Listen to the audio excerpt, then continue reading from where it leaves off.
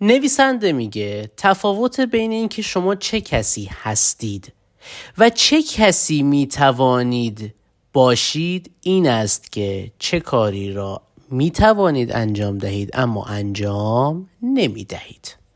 حالتون چطور خانواده دیاربی؟ خلاصه کتاب قدرت عادت اثر چارلز داهیگ. تو این کتاب نویسنده خیلی قشنگ به ما گفته که چجوری میتونید شخصیت و اون رشد فردی رو داشته باشید و به موفقیتی که تو ذهنتون هست برسید. با چی؟ با کمک عادت‌ها. و جملهش اینه، میگه تفاوت بین این که شما چه کسی هستید الان با این که چه کسی میتونید باشید یا چه کسی میتونستید باشید اینه که چه کارهایی رو میتونستید انجام بدید یا همین الان میتونید انجام بدید ولی انجام نمیدید. مثلا به عنوان مثال میگم، ما امروز در روز گوشیامون رو 2 بار شارژ میکنیم ولی یه صفحه کتاب نمیخونیم. در روز 2 ساعت تو اینستاگرامیم ولی یه دونه پادکست کتاب گوش نمیدیم. در روز 2 ساعت توی یوتیوب ویدیوهای خنده‌دار میبینیم، نمیدونم با دوستامون جمع میشیم، این کارو میکنیم اون کارو میکنیم، همه کار میکنیم. یک دقیقه اصلا نیم دقیقه برای رشد فردی خودمون ارزش قائل نیستیم. همین میشه یه عادت غلط. حالا چارلز داهیگ تو کتاب قدرت عادت میاد یه سری مؤلفه رو به ما میگه که توی شکل گیری عادت ما تأثیر گذارن. 3 تا مؤلفه معرفی میکنه: نشانه، روال، پاداشت، و میگه هر کدوم از اینا روی بقیه تأثیر میذارن. حالا نشانه چیه؟ میگه این مؤلفه به مغز شما میگوید از چه عادتی استفاده کنید و آنها را در حالت اتوماتیک قرار میدهد. مثلا به عنوان مثال هر روز صبح ساعت 7 بر روی میز آشپزخانه خود مینشینید تا صبحانه بخورید. میگه این قسمت نشانه است، این مؤلفه نشانه است. مثلا مثل رانندگی، کارو میدی به مغز دیگه اتوماتیک انجامش میده. بعدی مؤلفه بعدی میشه روال. میگه این مؤلفه رفتاری است که عادت شما را شکل میدهد و به طور خودکار درگیر آن میشوید. مثلا برای نوشیدن قهوه هر روز به سراغ دستگاه قهوه ساز خود میروید و آن را روشن میکنید و دکمه فنجان بزرگ را فشار میدهید و لیوان را پایین دستگاه میگذارید. میگه این اصلا دیگه شده روال. مثلا دیدی میگن طرف روالش همینه. میگه بعد از مؤلفه نشانه، مؤلفه رواله که دیگه اصلا کار تمومه، یعنی دیگه هر روز با انجامش بده. بعد میگه مؤلفه بعدی پاداشه. مؤلفه‌ایه که با تکمیل 2 مؤلفه قبل به خود پاداش میدهید. ممکن است این پاداش در تکمیل امور روزمره خود به خود بدهید یا اینکه طور دیگه. به عنوان مثال بوی غنی و دلچسب قهوه به همراه بخارهایی که از فنجان بیرون میآیند پاداشی است که هر روز صبح به خود میدهید. بذارید مثال کلش رو بزنم. من اینا رو دیدی؟ میگه ببین من اصلا وقتی چای داغ میخورم خستگیم در میره. ببینید چی میگم؟ چای، این هر روز باید چای بخوره، این میشه نشانه. این چای داغ میخوره، خب یعنی میره سراغ کتری و چای رو میذاره و داغ میریزه و میخوره، اصلا شده روال هر روزش چای داغ خوردن. پاداشش هم چیه؟ که ذهنش فکر میکنه این چای داغ میخوره خستگیش در میره. این شده یک عادت نهادینه در ذهن این آدم. متوجه چی میگم؟ حالا آقای چارلز داهیگ میگه آقا تمام عادت هایی که ما در زندگی داریم این شکلی درست میشن، این شکلی ساخته میشن. یعنی بذارید یه بار دیگه مرور کنیم با هم. میگه تمام عادت‌های ما در زندگی بدین شکل درست میشن که اول ما یک عادت رو در مؤلفه نشانه قرار میدیم، یعنی هر روز انجامش میدیم. بعد اون رو در مؤلفه روال قرار میدیم. بعد از اینکه هر روز انجامش دادیم دیگه ذهن به صورت اتوماتیک خودش انجام میده و نیازی نیست ما کاری انجام بدیم. 3 میبریمش تو مرحله پاداش، یعنی این کار به ما یک حس خوشایندی میده که به خاطر اون حس خوشاینده هر روز میریم سراغش و ذهن برای اینکه هر روز خوشحال بشه این کار رو انجام میده. این شده عادت. یکی از عادت‌های مخرب ما میدونید چیه بچه‌ها؟ بذارید یه مثالی بگم. یه دوستی داشتم، خیلی آدم موفقی بود و یه چیز جالبی ازش دیدم همیشه تو ذهنم موند. این آدم اینستاگرامش رو بعد از استفاده خروج میکرد ازش. اکانتش رو خروج میداد. بعد بهش گفتم چرا این کارو میکنی؟ گفت ببین من هر بار که میرم توی مثلا این اینستاگرامی چیزی رو چک بکنم 10 دقیقه یه رو همین جوری استوری نگاه میکنم و اکسپلور میچرخم و پیویامو چک میکنم. همین باعث میشه در روز من 1 ساعت از وقتمو از دست میدم. 3-4 بار این اتفاقی میفته. به خاطر همین اومدم از این اینستاگرام از اکانتم میام بیرون. وقتی که میزنم روی اینستاگرام میبینم ای بابا باید برم نام کاربری و پسورد بزنم، میگم بابا ولش کن، میرم تا شب. این یه عادتی بود که ایشون از روال درش آورده بود. حالا میگه که همه عادات از حلقه نشانه، روال و پاداش پیروی میکنند. برای درک عادتهای خود باید اجزای حلقه های خود را شناسایی کنید.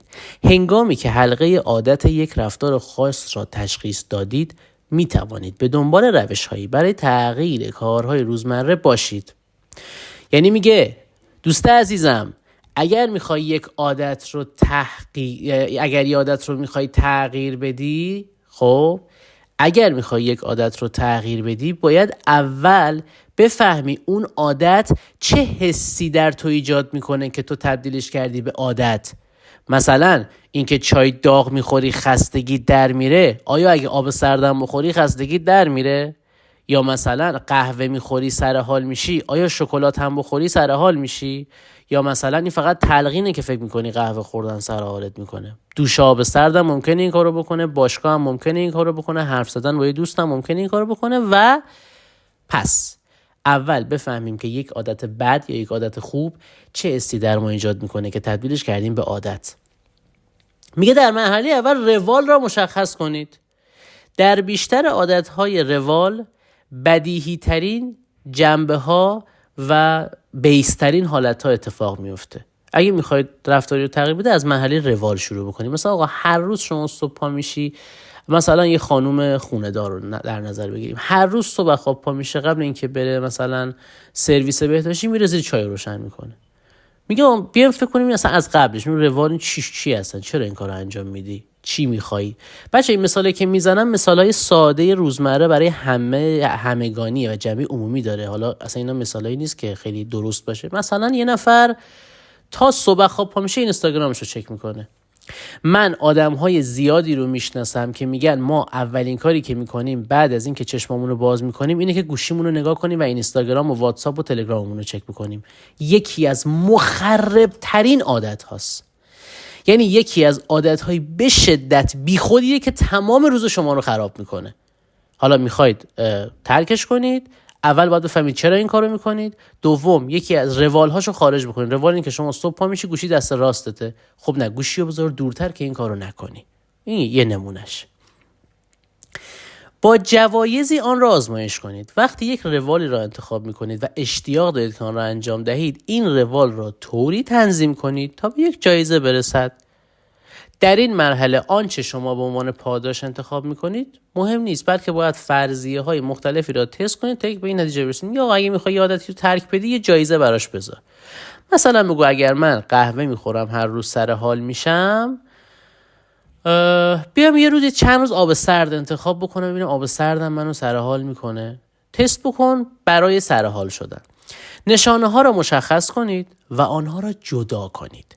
مشخص کردن نشانه ها بسیار سخت است و به عوامل بسیار زیادی بستگی دارد. به عنوان مثال دلیل این که شما هر روز صبحانه میخورید چیست؟ تا حالا بهش فکر کردید؟ به عنوان مثال بچه‌ها به این فکر کنید ما هر روز چرا صبحونه میخوریم؟ چه اتفاقی میفته که هر روز صبح ما چایی میخوریم با صبحونمون؟ اصلا چرا ما حتما باید یه نوشیدنی با صبحونمون بخوریم؟ و اصلا دلیلش چیه که ما هر روز مثلا باید چای، قهوه یا مثلا آب پرتقالی یا شیر بخوریم با صبحونه؟ چرا خالی نمیخوریم؟ یا حالا مثلا چرا هر روز ماها داریم نون و پنیر میخوریم؟ چرا یه سری از ماها هر روز داریم املت میخوریم؟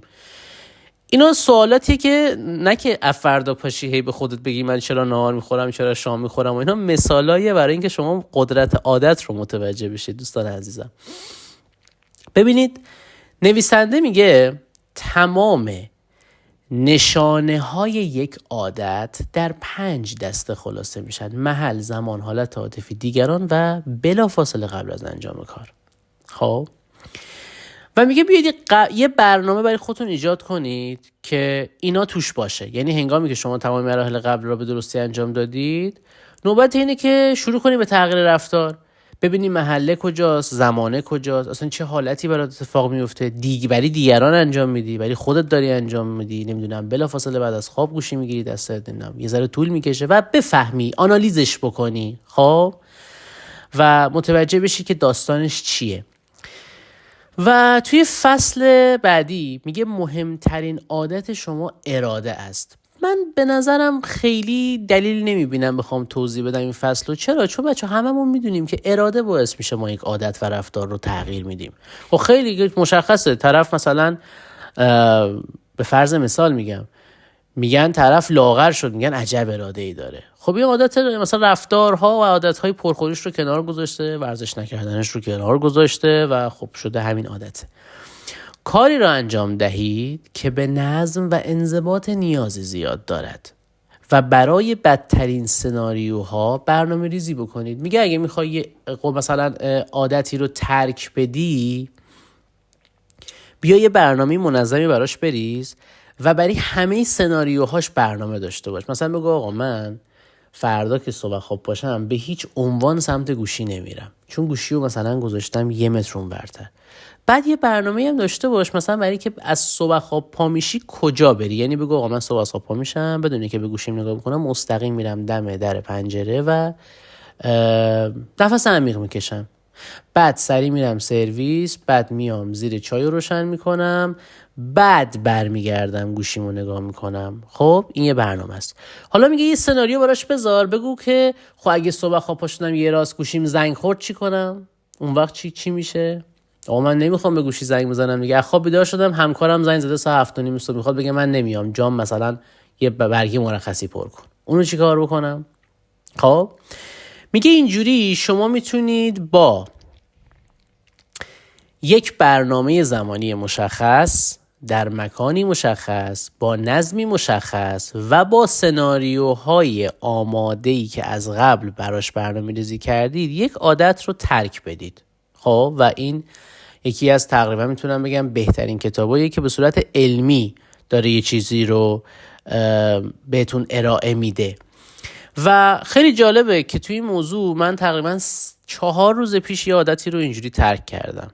حالا نمیتونم بگم چه عادتی بود، اما خیلی از ماها عادتهایی داریم که تقریبا نمیدونیم چرا ترکش نمی کنیم. مثلا یکی از عادتهایی که در مجردها وجود داره عادت خودارضاییه که معمولا اصلا خیلی ها نمیتونن ترکش بکنن. چرا نمیتونن ترکش بکنن؟ چون برنامه‌ای براش ندارن.